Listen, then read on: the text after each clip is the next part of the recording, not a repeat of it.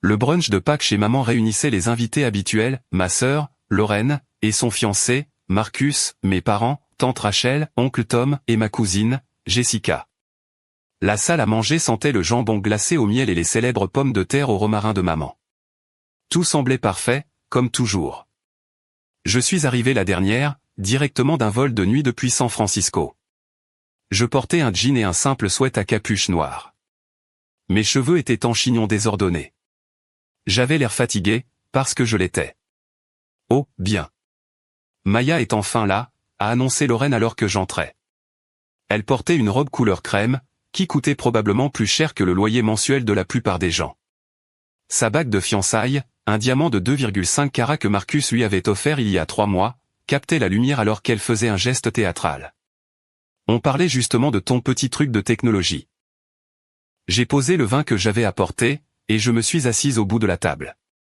Bonjour tout le monde. Joyeuse Pâques.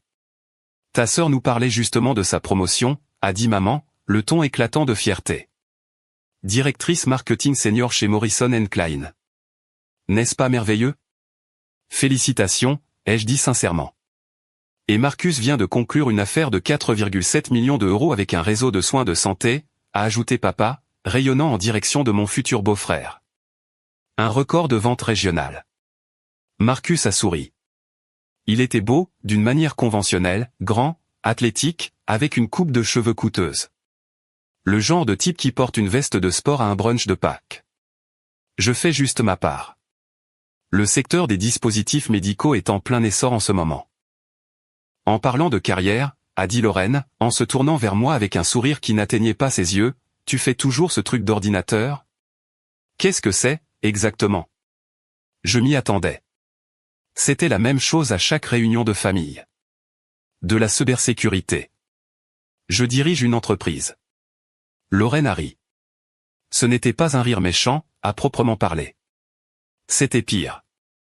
C'était dédaigneux, amusé, comme si je venais de lui dire que j'étais dresseuse de licorne professionnelle. C'est ça. Ton entreprise, a-t-elle dit en faisant des guillemets avec ses doigts. Maman, est-ce que Maya n'a pas dit la même chose il y a 3 ans? 5 ans? Je trouve ça bien que Maya ait des passe-temps, a dit gentiment tante Rachel. Tout le monde n'a pas besoin d'une carrière en entreprise. Ce n'est pas un passe-temps, ai-je dit doucement. C'est une entreprise. Allez, Maya, Lorraine s'est penchée en arrière dans sa chaise, un verre de vin à la main. Arrête de jouer à la PDG. C'est embarrassant. Tu as 34 ans.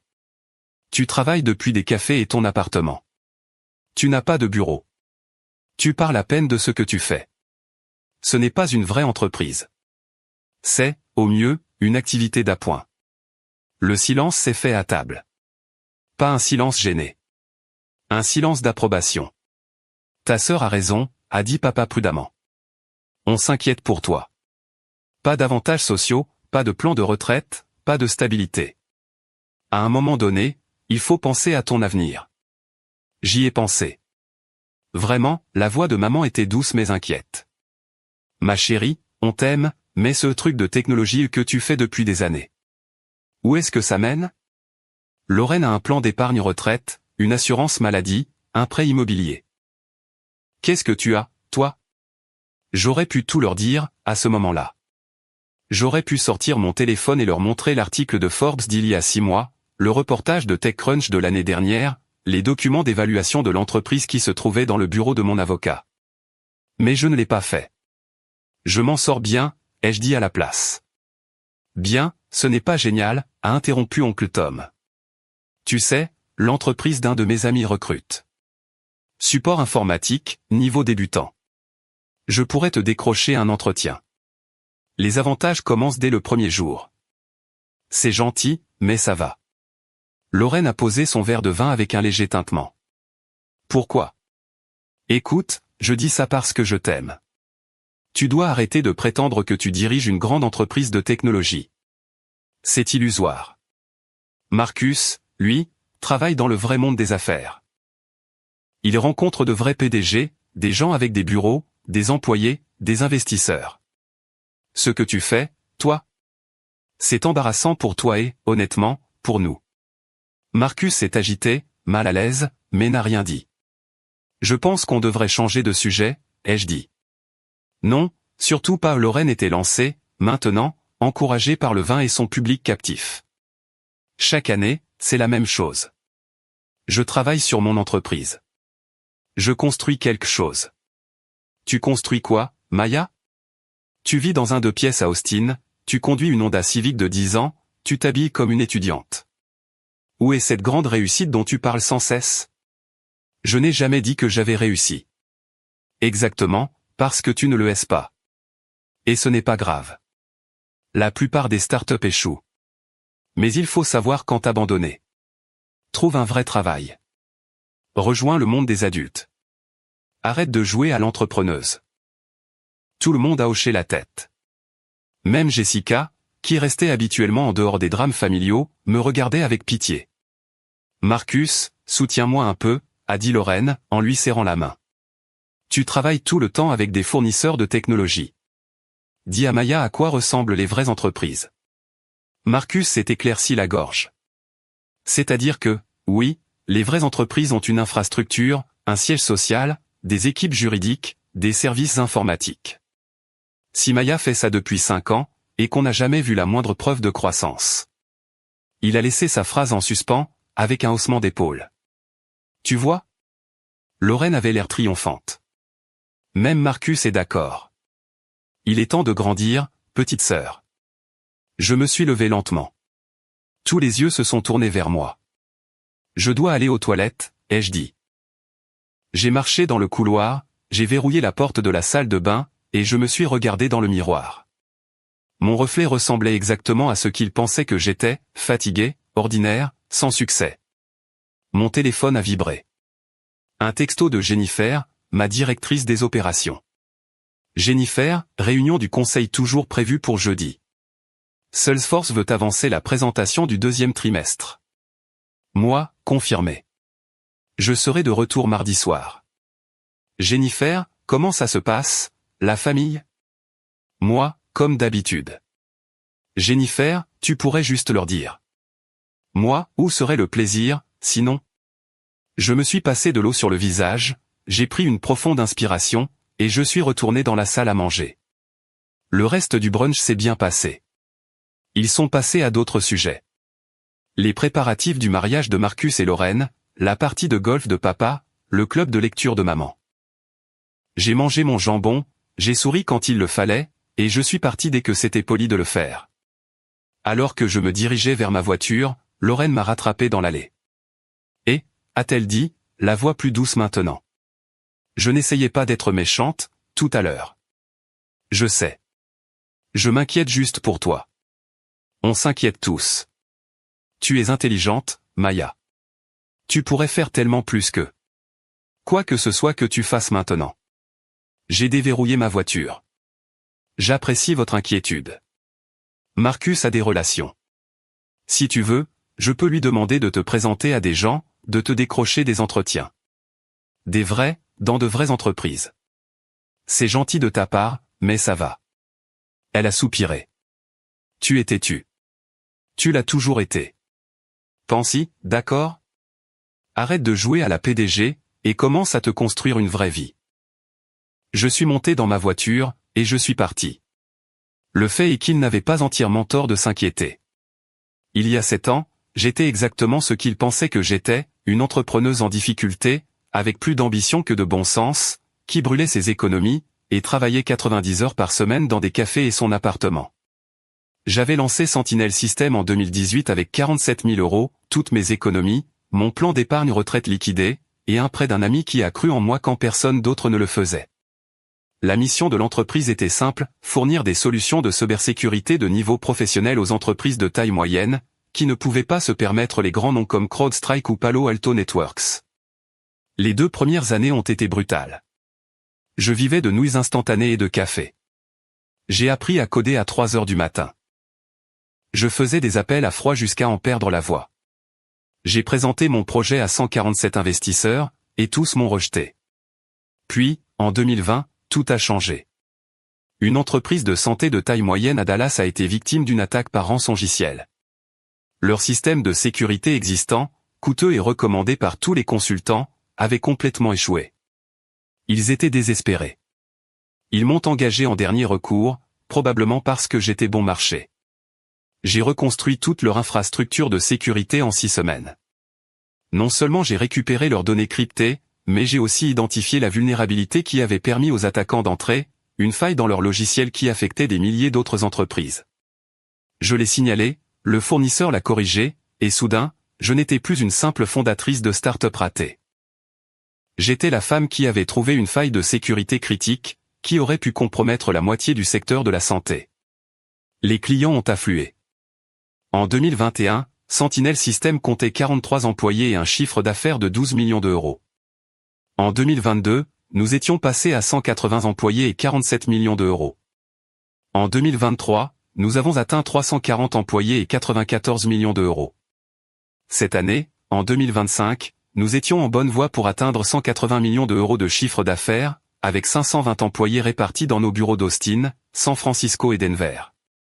Forbes m'avait surnommé la géante discrète de la cybersécurité. TechCrunch a écrit, pendant que tout le monde regardait les startups taper à accent grave l'œil, Maya Chin a bâti un empire de 180 millions d'euros en silence. Mais je n'ai jamais rien dit à ma famille. Pas parce que je le cachais, à proprement parler. Je voulais juste voir combien de temps il leur faudrait pour le remarquer, ou pour s'en soucier assez pour poser des questions, au lieu de faire des suppositions. Lorraine pensait que je travaillais depuis des cafés. C'était parfois le cas, car la beauté de la chose, c'est que je pouvais diriger des réunions de conseil de n'importe où. Mais notre siège social à Austin occupait 4 étages d'un immeuble du centre-ville. Nous avions une équipe de sécurité à plein temps, une équipe d'ingénieurs de classe mondiale, et des clients qui comprenaient 3 entreprises du Fortune 500. Je conduisais une Honda Civic de 10 ans parce que j'adorais cette voiture. Elle était fiable. Pourquoi remplacer quelque chose qui fonctionnait parfaitement ? Je m'habillais en sweat à capuche et en jean parce que les costumes me semblaient être des déguisements. Mes investisseurs se fichaient de ma tenue. Mes clients aussi. Les seules personnes qui s'en souciaient étaient des gens comme Lorraine, pour qui l'apparence comptait plus que le fond. Et oui, je vivais dans un 2 pièces, un très bel appartement que je possédais, sans hypothèque, avec vue sur le lac. Mais ils n'avaient jamais demandé à le voir, donc ils ne le sauraient jamais. La vérité, c'est que j'aurais pu leur dire il y a des années, mais leur supposition était devenue une sorte de test. S'ils se souciaient vraiment de moi, de ce que je faisais, de ma vie, ils poseraient de vraies questions. Ils chercheraient mon nom sur Google. Ils montreraient un intérêt réel. Ils ne l'ont jamais fait. 3 jours après Pâques, un mercredi matin, j'étais dans notre salle de conseil pour les entretiens finaux. Nous recrutions pour 3 postes de direction. Le vice-président de l'ingénierie, le chef des ventes, et le directeur des partenariats stratégiques. La salle de conseil se trouvait au 4e étage de notre siège. Des baies vitrées offraient une vue sur le centre-ville d'Austin. Les murs étaient décorés de nos valeurs d'entreprise, des brevets que nous avions obtenus, et d'un prix encadré de Forbes, avec mon visage dessus. Jennifer, ma directrice des opérations, était à ma droite. Marcus Williams, notre responsable des RH, aucun lien avec mon futur beau-frère, était à ma gauche. Nous avions déjà interrogé 2 candidats ce matin-là. Le prochain est Marcus Porter, a dit Jennifer. Il postule pour le poste de directeur des partenariats stratégiques. Expérience dans la vente de dispositifs médicaux. Des chiffres impressionnants. J'ai regardé le CV devant moi. Marcus Porter. Le nom m'était familier, mais j'avais examiné des dizaines de CV. Puis j'ai vu l'adresse, Dallas, Texas. Mon estomac s'est noué. Attendez, ai-je dit lentement. MedTech Solutions ? C'est l'entreprise du fiancé de Lorraine. Les yeux de Jennifer se sont écarquillés. Ta sœur Lorraine ? Oui. Oh mon Dieu, Marcus, notre Marcus des RH, s'est mis à rire. C'est lui, le type qui t'a dit de trouver un vrai travail ? Il ne l'a pas dit exactement comme ça, mais oui. Jennifer souriait maintenant. Qu'est-ce que tu veux faire ? J'y ai pensé pendant exactement 3 secondes. Interviewons-le à fond. S'il est qualifié, il est qualifié. Sinon, non. Tu es sûr, a demandé Jennifer. Ça pourrait devenir gênant. C'est déjà gênant. Autant voir à quel point mon futur beau-frère est qualifié. Marcus DRH a appuyé sur l'interphone. Faites entrer Monsieur Porter, s'il vous plaît. La porte s'est ouverte. Marcus Porter est entré, portant un costume bleu marine impeccable, une mallette en cuir à la main, l'air confiant. Il s'attendait clairement à impressionner quelques personnes des RH, peut-être un chef de département. Il s'est approché de la table, la main tendue, ouvrant la bouche pour se présenter. Puis il m'a vu, assise en bout de table, à la place de la PDG. Son visage est devenu blanc. Monsieur Porter, ai-je dit calmement, merci d'être venu. Veuillez vous asseoir. Il est resté figé un long moment. Sa main était toujours tendue, mais maintenant, elle tremblait légèrement. Maya, sa voix s'est brisée. Qu'est-ce que tu? Pourquoi es-tu? Je suis la PDG de Sentinel Systems, ai-je dit. L'entreprise pour laquelle vous passez un entretien. Vous n'avez pas fait de recherche sur nous, avant de postuler? Sa bouche s'est ouverte, s'est refermée, s'est rouverte. Aucun mot n'en est sorti. Jennifer a fait un geste vers la chaise vide. Monsieur Porter, veuillez vous asseoir. Nous avons plusieurs questions pour vous. Marcus a finalement bougé, marchant avec raideur jusqu'à la chaise, et s'asseyant comme un homme dans un rêve, ou un cauchemar. Sa mallette est restée fermée devant lui. Commençons par les bases, ai-je dit, en gardant une voix professionnelle. Vous êtes chez Medtech Solutions depuis 7 ans. Des résultats de vente impressionnants. Qu'est-ce qui vous a intéressé chez Sentinel Systems? Il a dégluti difficilement. J'ai vu l'annonce. La fourchette de salaire était excellente. L'entreprise a une solide réputation. J'ai pensé que mon expérience de vente se transposerait bien. M'avez-vous cherché sur Google avant cet entretien? Il a cligné des yeux. Avez-vous cherché mon nom sur Google? Maya Chin, PDG de Sentinel Systems? Non. J'ai regardé le site web de l'entreprise. J'ai vu qu'il y avait une PDG, mais je n'ai pas. Il s'est tu, fixant le prix de Forbes sur le mur, derrière moi. C'est moi, ai-je confirmé. 2021, l'année où nous avons atteint nos premiers 10 millions d'euros de chiffre d'affaires. Son visage était passé du blanc au rouge. Maya, je suis tellement désolé. À Pâques, je ne savais pas, restons professionnels, les jeux interrompus. Parlez-moi de votre plus grande réussite commerciale. Il a essayé de se reconcentrer, mais ses mains tremblaient.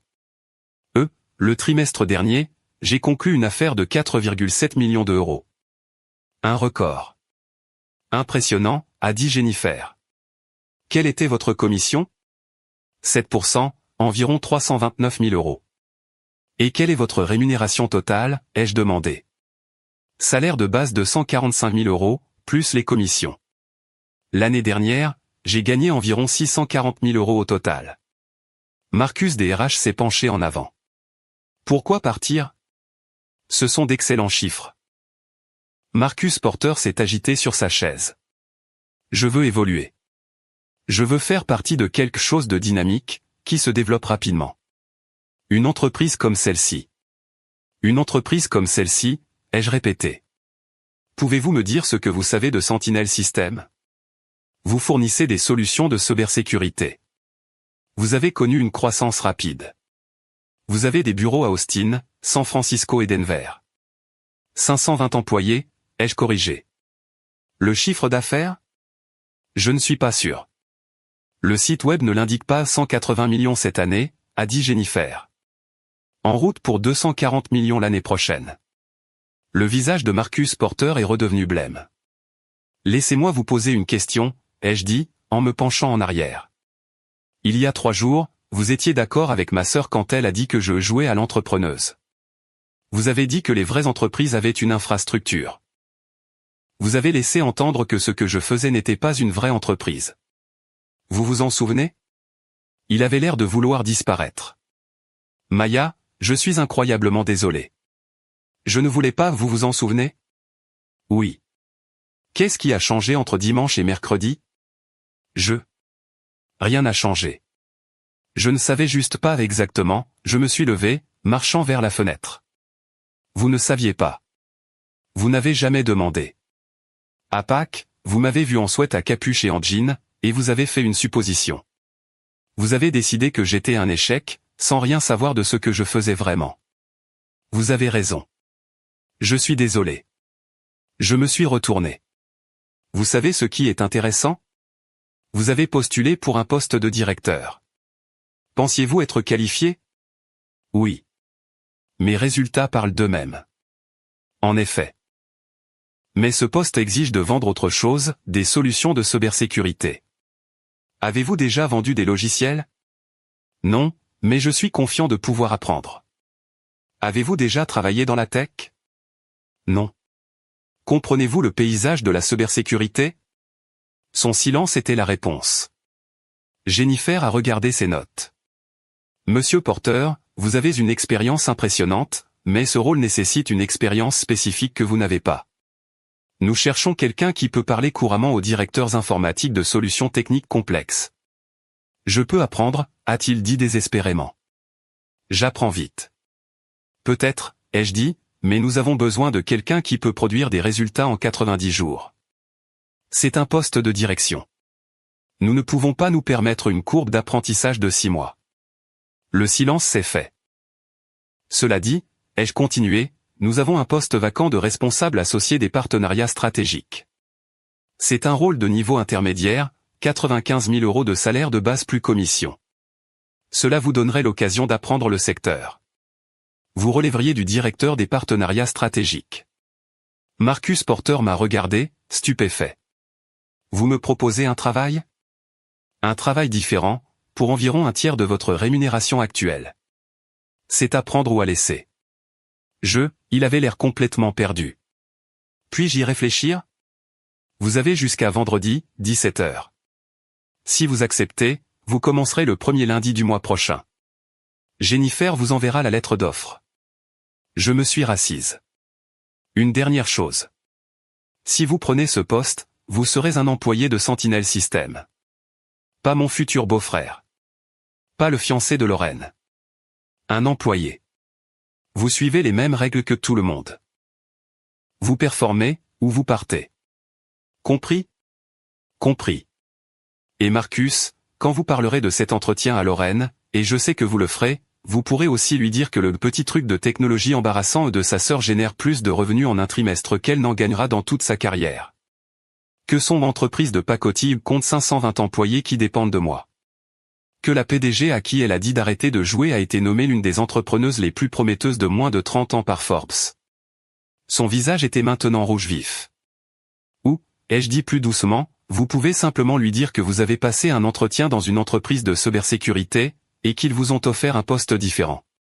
C'est votre choix. Maya, je suis vraiment désolé. À Pâques, j'étais juste d'accord avec Lorraine. Je ne voulais pas vous le vouliez, les jeux interrompus. Vous le croyez. Et ce n'est pas grave. Vous n'êtes pas le premier à me sous-estimer. Mais maintenant, vous savez. La question est, êtes-vous assez humble pour prendre un poste subalterne, dans une entreprise que vous ne pensiez pas réelle? Il s'est levé lentement, tenant toujours sa mallette fermée. J'aurai une réponse d'ici vendredi. Parfait. Jennifer vous raccompagnera. Après son départ, Marcus DRH a éclaté de rire. Oh mon Dieu, c'était la mise au point la plus professionnelle que j'ai jamais vue. Je ne le mettais pas au point, ai-je dit. J'étais honnête. Il n'est pas qualifié pour le poste de direction, mais il a des compétences transférables. Tu penses vraiment qu'il acceptera l'offre, a demandé Jennifer. Je n'en ai aucune idée. Mais ce sera intéressant de voir si sa fierté le lui permet. Mon téléphone a vibré. Un texto d'un numéro inconnu. Inconnu, Maya, c'est Marcus. Je viens de quitter ton bureau. On peut parler? S'il te plaît, ne dis rien à Lorraine pour l'instant. J'ai besoin de digérer ce qui vient de se passer. J'ai montré le texto à Jennifer. Elle a souri. Il panique. Moi, prends le temps qu'il te faut. L'offre tient jusqu'à vendredi. Marcus, savais-tu que j'avais postulé? C'est pour ça que tu m'as fait passer l'entretien. Moi, je ne le savais pas avant ce matin. Mais une fois que je l'ai su, j'ai voulu te donner une chance équitable, malgré ce qui s'est passé à Pâques. Marcus, je ne sais pas quoi dire. Moi, dis que tu vas réfléchir à l'offre. C'est tout ce que je demande. Marcus, je le ferai. Et Maya, je suis vraiment désolé. Jeudi matin, j'étais en réunion non-stop. Mon téléphone n'arrêtait pas de vibrer. Je l'ai ignoré. 16 appels manqués de Lorraine. 23 textos. Je les ai fait défiler. Lorraine, pourquoi Marcus est-il bizarre? Lorraine, il est rentré hier, complètement blême. Lorraine, il s'est passé quelque chose à son entretien. Lorraine, Maya, répond. Lorraine, il a dit qu'il avait passé un entretien dans une boîte de cybersécurité. C'était la tienne? Lorraine, je viens de te chercher sur Google. Lorraine, je viens de chercher ton entreprise. Lorraine, 180 millions d'euros de chiffre d'affaires. Lorraine, Forbes 30 Under 30. Lorraine, pourquoi tu ne nous as rien dit? Lorraine, maman et papa ne sont pas au courant. Lorraine, rappelle-moi tout de suite. J'ai fixé les messages un long moment. Puis je l'ai appelée. Elle a répondu à la première sonnerie. Pourquoi? Oh mon Dieu! Pourquoi tu ne nous as rien dit? Salut, Lorraine. Salut? C'est tout ce que tu as à dire? Je viens de passer la dernière heure à lire des articles sur toi. Tu es célèbre. Je ne suis pas célèbre. J'ai juste du succès. Juste du succès? Maya, ton entreprise vaut 180 millions. C'est le chiffre d'affaires. La valorisation est plus proche de 850 millions. Elle a eu un hockey. 800 en Maya, je t'ai dit de trouver un vrai travail, il y a 3 jours. Je t'ai dit d'arrêter de jouer à la PDG. Je me souviens. Et tu n'as rien dit. Tu es resté là, à nous laisser penser que tu étais. Je ne sais pas, une freelance. Tu n'as jamais demandé ce que je faisais vraiment. Tu as juste supposé. Il y a eu un long silence. Marcus a passé un entretien dans ton entreprise. Oui.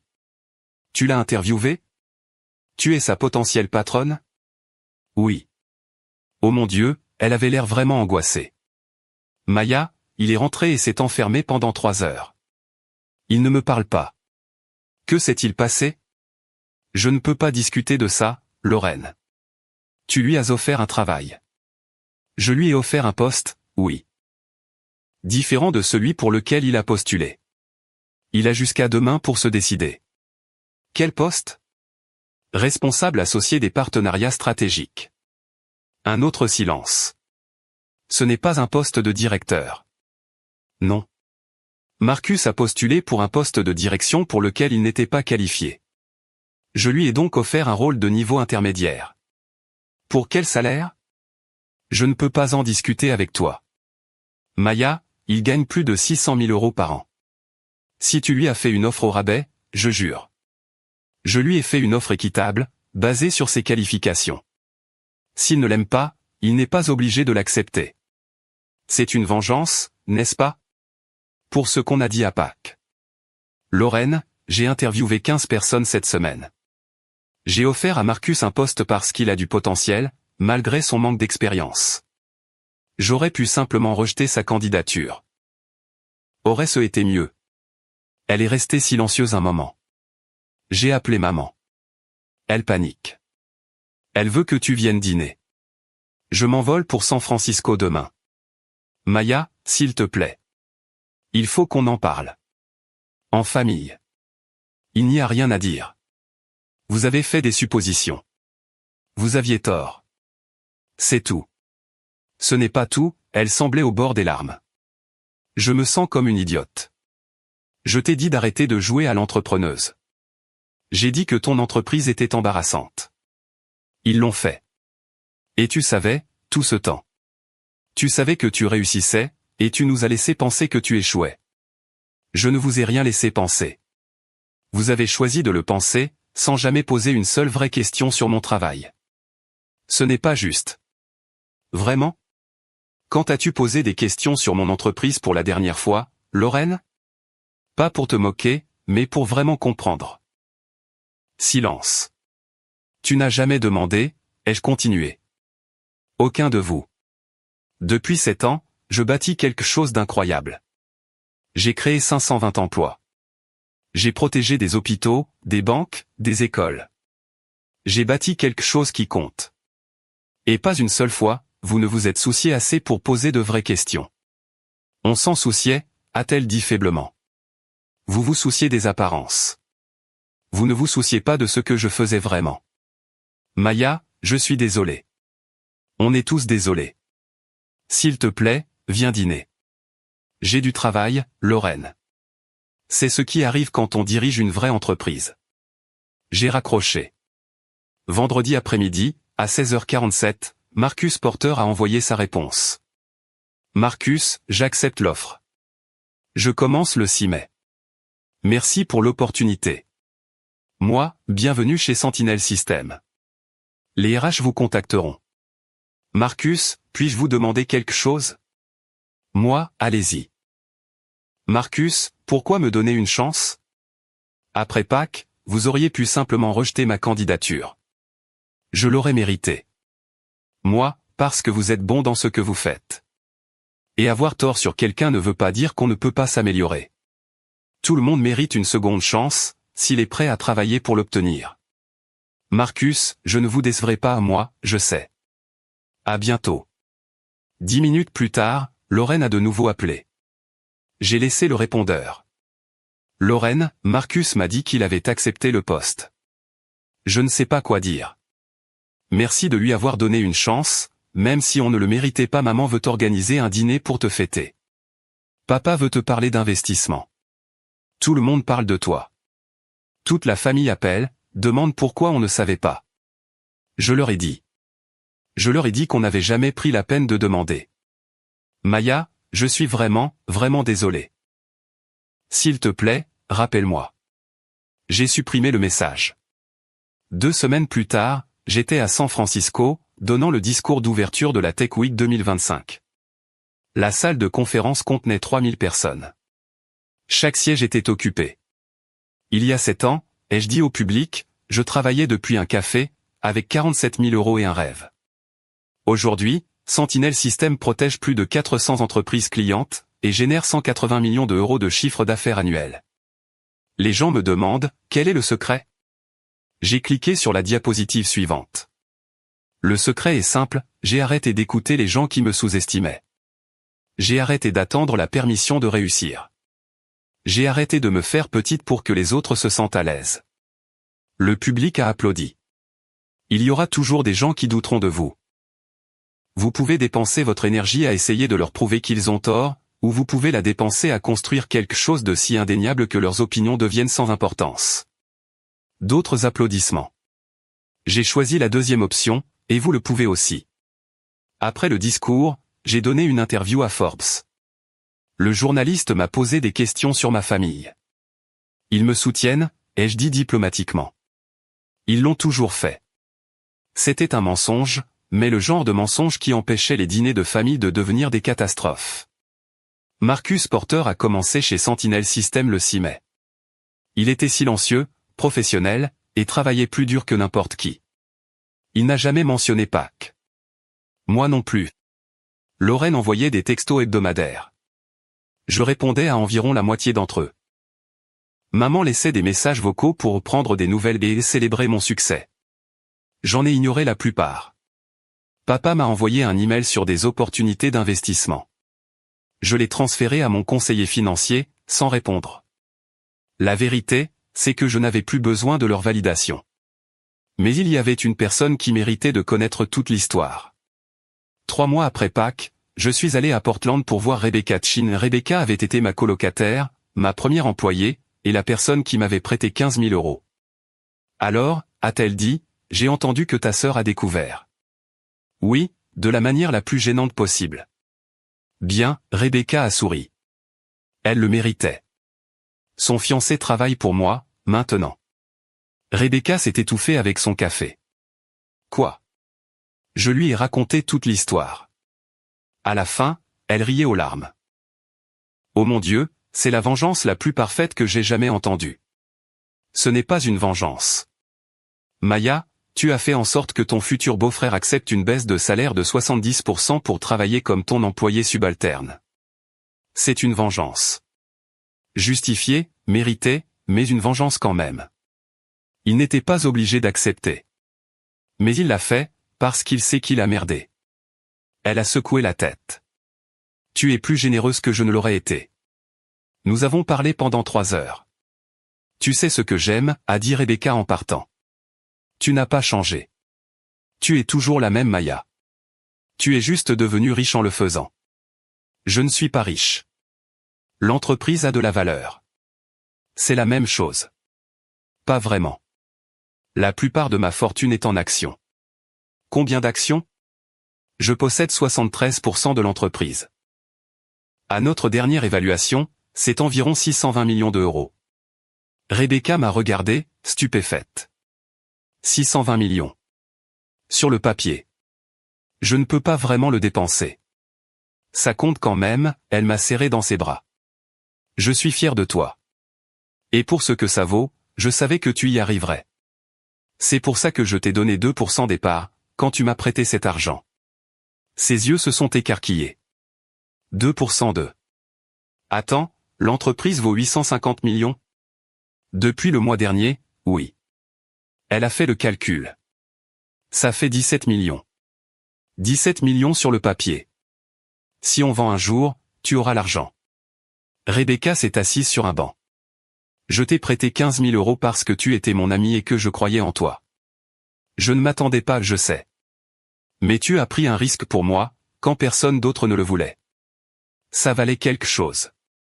Elle a essuyé ses yeux. Voilà, maintenant je pleure en public. Merci. De rien. 6 mois après Pâques, j'ai reçu un email de Lorraine. Objet, Thanksgiving. Chère Maya, je sais qu'on n'a pas beaucoup parlé. Je veux que tu saches que j'ai passé les 6 derniers mois à réfléchir, et j'ai honte. J'ai été cruel. Marcus m'a parlé de son travail. Il adore ça. Il dit que tu es la meilleure PDG pour qui il ait jamais travaillé. J'aurais dû le savoir. Papa et maman veulent organiser Thanksgiving cette année. Ils veulent que tu viennes. Je veux que tu viennes. Pas pour te vanter, mais juste pour être ensemble. Je sais que je ne mérite pas ton pardon, mais je le demande quand même. Affectueusement, Lorraine. J'ai lu l'email 3 fois. Puis j'ai répondu, Lorraine, je viendrai à Thanksgiving. Mais je dois te faire comprendre quelque chose. Je n'ai pas bâti Sentinel System pour prouver quoi que ce soit. Je l'ai bâti parce que j'aime ce que je fais. Ton opinion ne change rien à ça. Je te pardonne, non pas parce que tu l'as demandé, mais parce que garder de la rancœur demande une énergie que je préfère consacrer à mon entreprise. À Thanksgiving, Maya. Thanksgiving a été différent. Je suis arrivé en jean et sweat à capuche, parce que certaines choses ne changent jamais. Mais cette fois, personne n'a fait de commentaires. Lorraine m'a serré dans ses bras. Maman a pleuré. Papa m'a serré la main avec ce qui ressemblait à du respect. Marcus était là aussi. Pendant le dîner, ils ont posé de vraies questions. J'ai répondu honnêtement. Je n'arrive toujours pas à croire qu'on ne savait pas, a dit tante Rachel. 520 employés, 180 millions de revenus, et tu n'as jamais dit un mot. Vous n'avez jamais demandé, ai-je dit simplement. Mais ce n'est pas grave. On veut comprendre, maintenant, a dit maman doucement. Alors, posez des questions, des vraies. Pas quand trouves-tu un vrai travail, mais quel problème votre entreprise résout-elle? Pas pourquoi n'as-tu pas de bureau, mais comment fonctionne votre modèle économique? Demandez parce que ça vous intéresse, pas pour cocher des cases. Papa a hoché lentement la tête. D'accord. Alors, quel problème Sentinel System résout-il? J'ai souri, et je leur ai raconté. 2 ans plus tard, Sentinel System a été racheté par Cisco pour 2,3 milliards d'euros. J'ai conservé 73% des parts, ce qui s'est traduit par environ 1,68 milliard d'euros. J'ai gardé l'entreprise indépendante, j'ai gardé les 520 employés. Rebecca Chin a pris sa retraite à 38 ans, avec 46 millions d'euros. Marcus Porter est devenu directeur des partenariats stratégiques. Lui et Lorraine se sont mariés. J'étais au mariage. Ma famille ne comprend toujours pas tout à fait ce que je fais, mais ils ont arrêté de faire des suppositions, et c'est suffisant. Le mois dernier, Forbes a publié un article, Maya Chin, la PDG qui a bâti un empire en silence. La première ligne disait, pendant que d'autres fondateurs de la tech cherchaient les gros titres, Maya Chin bâtissait quelque chose de réel. Ils ont interviewé Lorraine. Elle a dit, mon plus grand regret est d'avoir méprisé son succès avant de le comprendre. Elle m'a appris que la confiance tranquille est plus puissante que la critique bruyante. J'ai encadré cette citation et je l'ai mise dans mon bureau. Non pas que j'ai besoin de la validation, mais parce que c'était vrai.